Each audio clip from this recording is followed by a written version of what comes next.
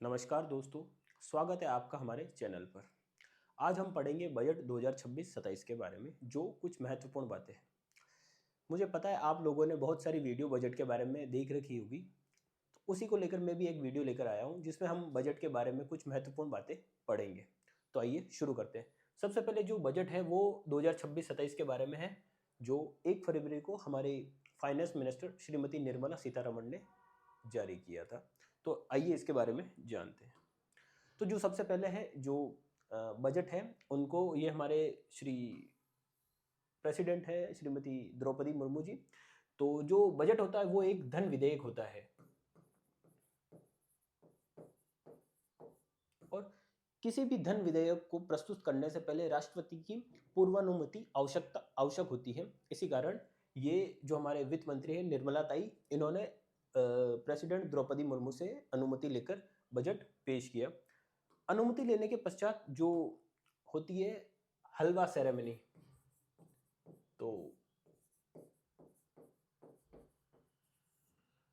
President के द्वारा हमारे जो निर्मला ताई है उनको हलवा खिलाया गया और उनके बाद बजट के लिए तैयार किया गया।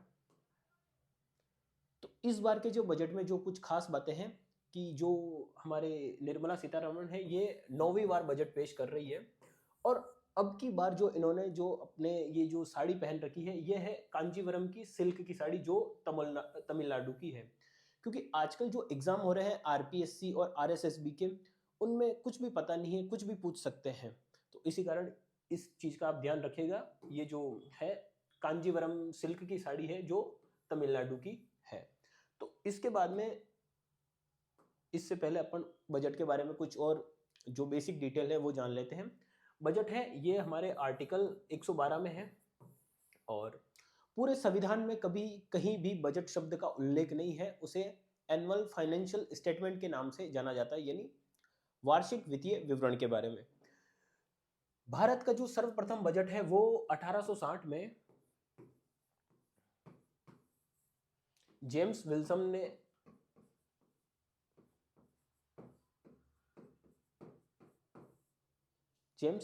ने किया था। और उसके बाद में जो जब भारत स्वतंत्र हुआ और उसके बाद में जो पहली सरकार बनाई गई उनके बाद में 1950 में जॉन मथाई, जो हमारे देश के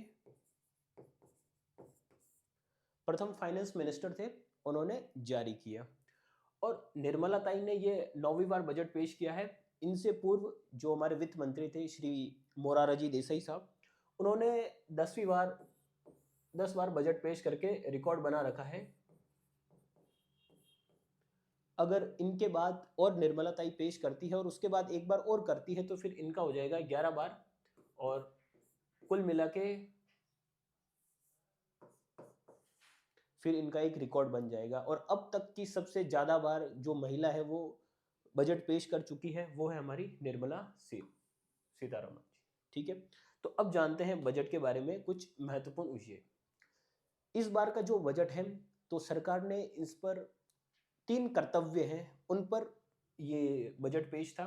तो जो पहला कर्तव्य है वो है उत्पादकता प्रतिस्पर्धा बढ़ाने तथा वैश्विक उथल पुथल के परिदृश्य में लचीलापन लाकर आर्थिक विकास को तेज करना और उसकी गति बनाए रखना। अब आपको ये पूरा नहीं ज्ञात करना, इसका सीधा सा मतलब यह है कि जो देश का जो आर्थिक विकास है उसे तेज करना और उसकी गति बनाए रखना, यानी जिस तरीके से जो देश का आर्थिक विकास हो रहा है उसी तेजी को बनाए रखना और उसको गति प्रदान करना। जो दूसरा हमारा कर्तव्य है वो है भारत की समृद्धि के पथ में सशक्त साझेदार बनाने के लिए लोगों की आकांक्षाएं पूरी करना और उनकी क्षमताएं बढ़ाना। यानी लोग जो है वो ज्यादा से ज्यादा खरीदारी करें, उनकी जो भी आकांक्षा है वो पूरी हो। इस कारण ये दूसरा कर्तव्य है।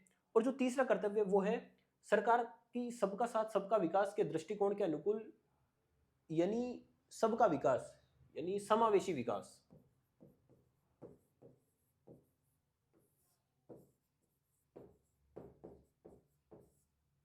सभी लोगों को साथ में लेकर चलना और उन सबका विकास करना। जो भी पिछड़े वर्ग हैं, जो सबसे पिछड़े हुए वर्ग में आते हैं, उन सबका विकास करना और उन सभी को साथ में लेकर चलना, ये था।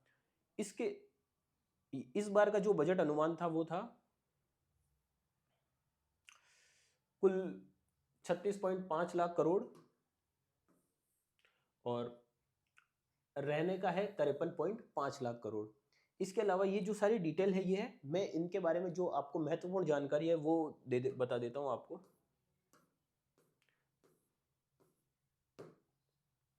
तो इस बार का जो था वो भारत की आर्थिक गति, यानी भारत की जो आर्थिक गति है उसको बनाए रखना और जो चल रही है उसमें करना। तो इस बार का है जो 7% की उच्च विकास दर, उस लक्ष्य को प्राप्त करना। और उन लक्ष्य को प्राप्त करने के लिए इसमें ये 8 तरह की है, जिसमें एनर्जी है, आयात पर निर्भरता कम करना, दूरगामी संरचनात्मक सुधार, राजकोषीय विवेक, मौद्रिक स्थिरता यानी महंगाई कम करना या महंगाई बैलेंस करना, सार्वजनिक निवेश पर जोर, सरकार के कार्यों से नागरिकों को लाभ और घरेलू विनिर्माण यानी इंफ्रास्ट्रक्चर करना, ये सारी चीजें हैं। और इन सारी चीजों को पूरे करने के लिए ये जो हमारे जो लक्ष्य है ये निर्धारित किए गए और इन पर कम से कम जो 7% की जो विकास दर है उसके लिए काम किया गया है। नेक्स्ट है ये जो हमारे 3 कर्तव्य थे जो सरकार का संकल्प था, इनके बारे में मैं आपको बता चुका हूँ कि ये है।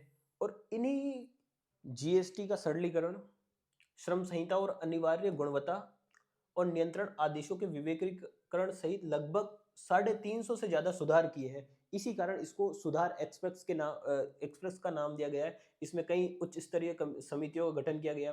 केंद्र सरकार गैर विनियमन और अनुपालन अपेक्षाओं को कम करने के संबंध में राज्य सरकारों के साथ काम कर रही है। इस तरीके से कुल मिलाकर 350 से ज्यादा सुधार किए गए हैं। इसी कारण इसको भारत की सुधार एक्सप्रेस ये नाम दिया गया है। और वृद्धि और जो विकास के स्तंभ है उनमें आर्थिक वृद्धि बनाए रखना, विकास की बुनियाद को मजबूत करना, जन केंद्रित विकास, विकास आधारित शासन व्यवस्था और व्यापार सुगमता और जीवन सुगमता और राजकोषीय मामले, ये जो भारत की वृद्धि और विकास है ये सारे वृद्धि और विकास के 6 स्तंभ हैं। नेक्स्ट जो सबसे पहला है कि आर्थिक वृद्धि बनाए रखना, उसमें विनिर्माण, और उन्हीं विनिर्माण में सबसे पहला है बायोफार्मा शक्ति।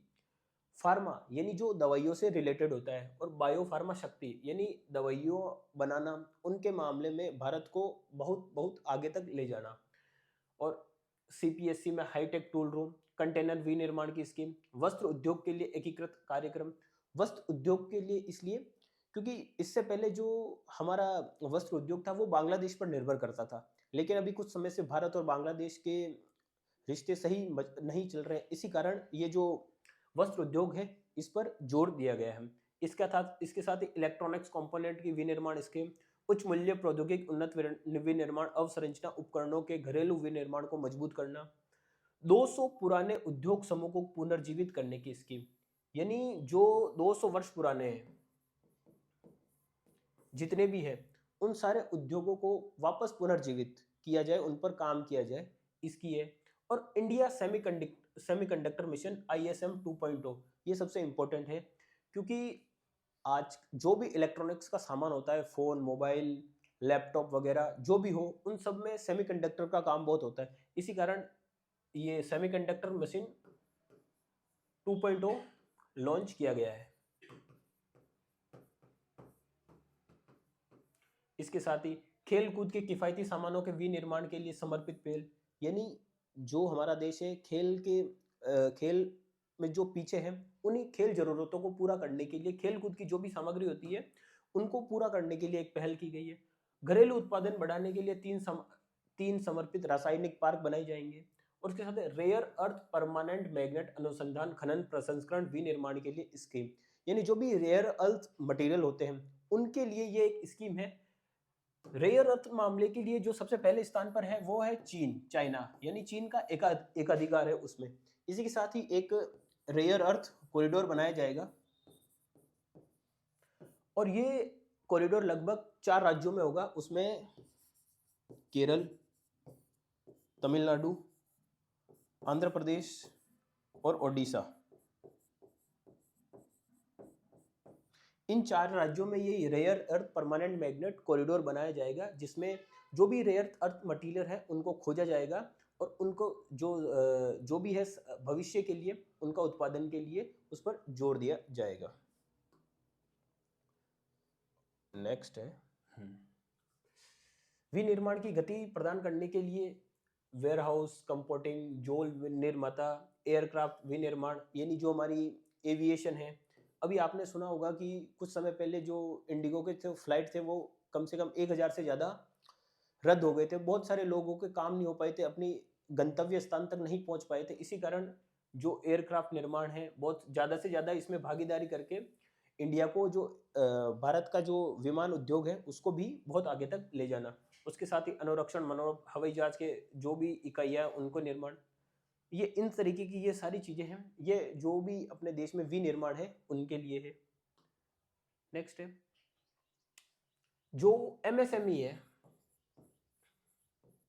यानी माइक्रो स्मॉल मीडियम एंटरप्राइजेज, यानी सूक्ष्म लघु मध्यम उद्योग, इनको चैंपियंस के रूप में विकास करने की घोषणा की गई है। इसी चैंपियंस के रूप में विकास करने के लिए इसमें सबसे पहले इक्विटी सहायता, ट्रेड के माध्यम से नकदी सहायता और पेशेवर सहायता यानी स्किलिंग की, इन तरीकों की सहायता प्रदान करके जो एमएसएमई उद्योग है उसको चैंपियन के रूप में विकास करने की योजना बनाई गई है। नेक्स्ट है जो सर्विस सेक्टर है अपना, भारत की जीडीपी में जो सबसे ज्यादा योगदान है वो हमेशा सर्विस सेक्टर का ही रहता है। इसीलिए जो सर्विस सेक्टर है उस पर भी पुनः जोर देने के लिए उसमें हेल्थ केयर टेकर, चिकित्सा, आयुष विभाग, ऑरेंज इकोनॉमी, ये थोड़ा नया वर्ड है। ऑरेंज इकोनॉमी में ये होगा कि जो भी 15,000 माध्यमिक विद्यालयों और 500 महाविद्यालयों में एवीजीसी यानी एविएशन,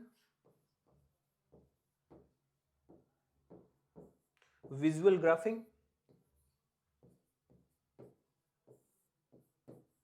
ग्राफिक्स और कंटेंट, यानी जो लोग यूट्यूब, इंस्टाग्राम इन पर जो काम करना चाहते हैं उन तरीके की एक 15,000 माध्यमिक विद्यालयों और 500 कॉलेजों में ये कंटेंट क्रिएट लैब बनाई जाएगी और उनको सिखाया जाएगा। तो इस चीज को ऑरेंज इकोनॉमी नाम दिया गया है। ये सबसे पहले जो पुणे में हुआ था एआई का समिट, उसमें हमारे मोदी जी ने इसके नाम का अनावरण किया था ऑरेंज इकोनॉमी। तो इसका बजट में घोषणा हो चुकी है।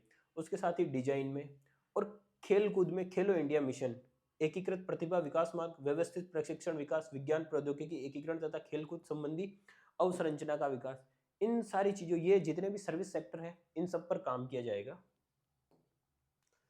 नेक्स्ट शिक्षा,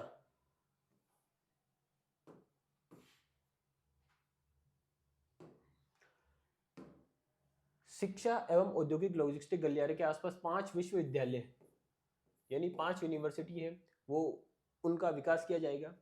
प्रत्येक जिले में उच्च शिक्षा STEM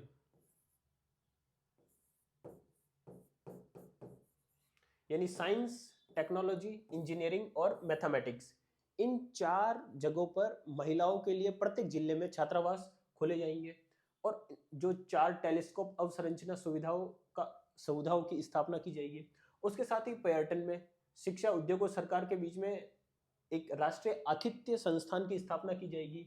20 विशेष पर्यटन स्थलों में 10,000 गाइडों के कौशल विकास के लिए पायलट स्कीम, राष्ट्रीय गंतव्य डिजिटल ज्ञान ग्रिड, यानी जो भी हमारी पुरानी हेरिटेज विरासत है उन सब के बारे में जो भी नॉलेज है उनको डिजिटली रूप से संग्रहित किया जाएगा कि यदि भविष्य में वो चीजें नष्ट भी हो जाती है तो उन चीजों की जानकारी हमें अवेलेबल डिजिटल तरीके से अवेलेबल रहे, ये रहेगी।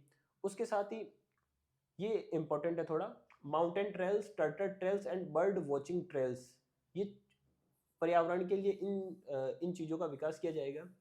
और भारत में पहली बार ग्लोबल बिग कैट समिट आयोजित करेगा।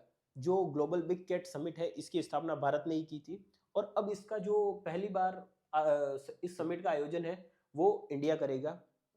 इसमें जो 7 प्रकार की जो बिग कैट है उनका संरक्षण किया जाएगा। उनमें बाघ, चीता, शेर, जैगुआर, प्यूमा, इस तरह की जो 7 बड़ी बिल्ली वाली प्रजातियां होती है उनका संरक्षण के बारे में बात की जाएगी।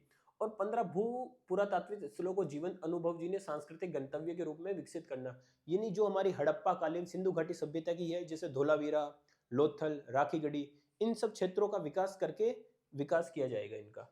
और पूर्वोत्तर में बुद्ध सर्किट बना, यानी जो हमारे पूर्वोत्तर राज्य है नॉर्थ ईस्ट, जैसे असम, मणिपुर, मिजोरम, अरुणाचल प्रदेश, उनमें बुद्ध सर्किट स्थापित किया जाएगा। यानी जो महात्मा बुद्ध थे, उन्होंने जहाँ जहाँ यात्रा की थी, यानी जो महात्मा बुद्ध से जुड़े जो जो क्षेत्र हैं, उन पर उन्हीं सर्किट का उनका विकास करके एक पर्यटन को बढ़ावा देने की है। और सेवा क्षेत्र पर बल देने के लिए सुधार कार्यक्रम किया गया है। जो 15.5% के सम्मान सुरक्षित हार्बर मार्जिन के साथ सूचना प्रौद्योगिकी सेवाओं की एकल श्रेणी के अंतर्गत सेवाओं को जोड़ना, आईटी सेवाओं के लिए हार्बर सीमा, स्वचालित नियम प्रक्रिया आईटी सेवाओं के लिए, कंपनी चयन पर 5 वर्षों की अवधि के लिए सुरक्षित हार्बर जारी रख करना, और आईटी सेवाओं के लिए एक पक्षीय एपीए क्रिया करना, एपीए लाभान्वित इकाइयों के लिए संशोधित विवरण के लिए सुविधाओं का विस्तार करना।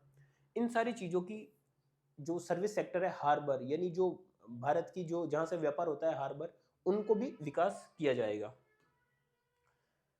और जो वित्तीय क्षेत्र है यानी बैंकिंग सिस्टम हमारा,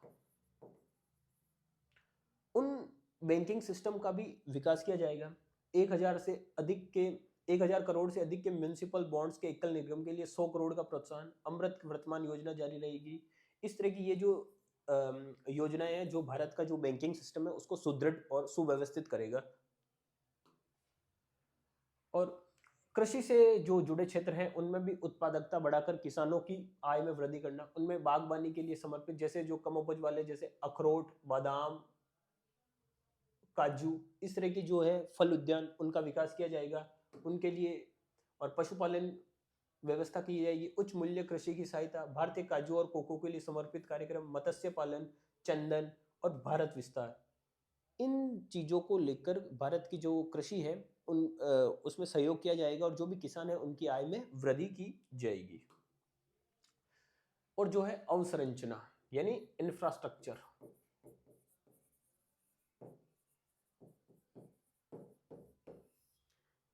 भारत का इंफ्रास्ट्रक्चर, उसमें भी सुधार किया जाएगा। उनमें ये सारी चीज़ें हैं,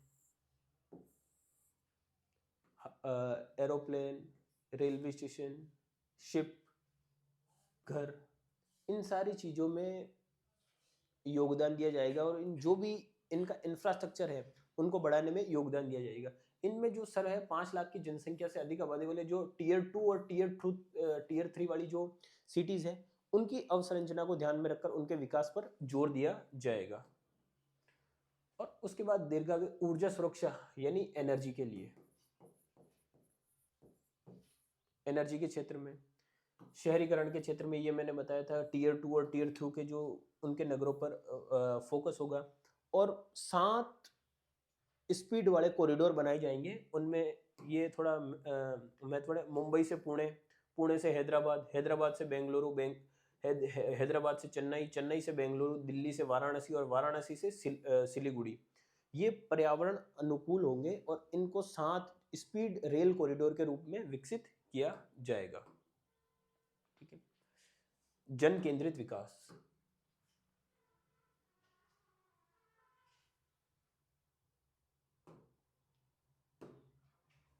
जो लोग होते हैं, जनता होती है, उनके विकास के लिए सबसे पहले जो समाज का सबसे वंचित है, दिव्यांग जन, उनके लिए योजनाओं की घोषणा की गई है। उनको स्किल डेवलपमेंट करवाया जाएगा।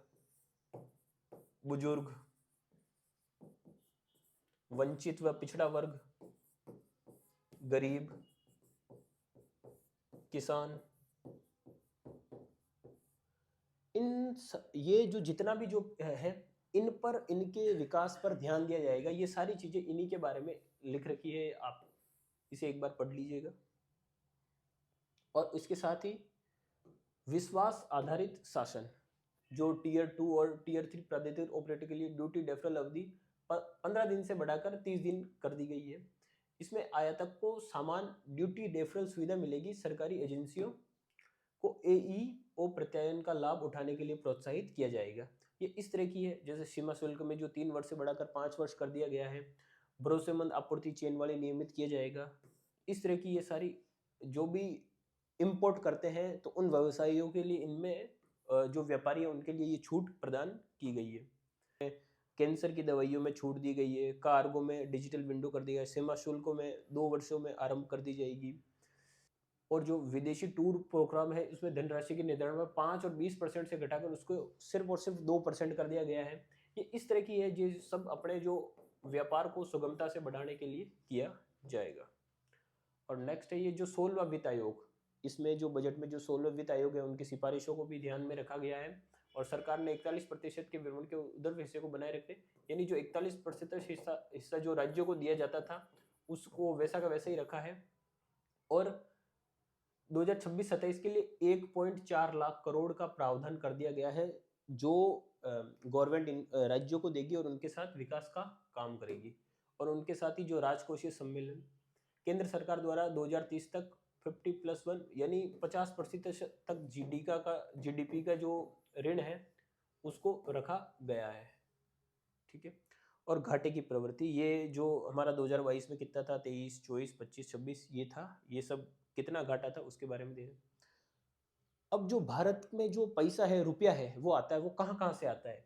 तो हमारे यहाँ पर जो सबसे पहले आता है वो बोरोइंग एंड लायबिलिटीज से आता है, उसके बाद में आता है इनकम टैक्स से, उसके बाद आता है कॉरपोरेशन टैक्स से, और उसके बाद आता है जीएसटी एंड अदर टैक्सेस से।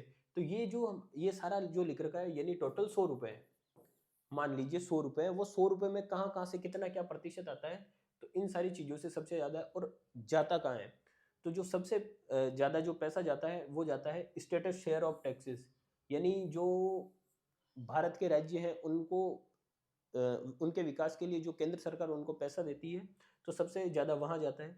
उसके बाद में जाता है इंटरेस्ट पेमेंट, यानी जो केंद्र सरकार अपने राज्यों में काम करने के लिए जो पैसा उधार लेती है उनका जो ब्याज होता है उनको देने में सबसे ज़्यादा जाता है। और उसके बाद जाता है सेंट्रल सेक्टर की स्कीम, यानी जो केंद्र सरकार द्वारा जो भी स्कीमें चलाई जाती है उनमें सबसे ज़्यादा ये रुपया जाता है। जो सबसे पहले जितने भी जो पेमेंट आय और व्यय होता है उनमें सबसे ज़्यादा खर्च किस में होता है, सबसे ज़्यादा परिवहन में होता है, उसके बाद में रक्षा में, फिर ग्रामीण विकास, फिर जो भारत के अंदर के जो गृह कार्य होते हैं गृह मंत्रालय के अधीन आते हैं उन तरीके, फिर जो कृषि से संबंधित है, फिर शिक्षा, फिर एनर्जी, हेल्थ सेक्टर, शहरों के विकास के लिए आईटी सेक्टर, व्यापार और उद्योग वाणिज्य के लिए सामाजिक कल्याण, वैज्ञानिक विभाग, कर प्रशासन, विदेश कार्य, वित्त विभाग और पूर्वोत्तर विकास। तो ये सारी चीज़ें, ये पूरी डिटेल दे रखी थी। तो आई होप ये वीडियो आपको अच्छा लगा होगा और बजट को समझने में कुछ आसानी रही होगी। तो मिलते हैं अगले वीडियो के साथ, तब तक के लिए जय हिंद, जय भारत।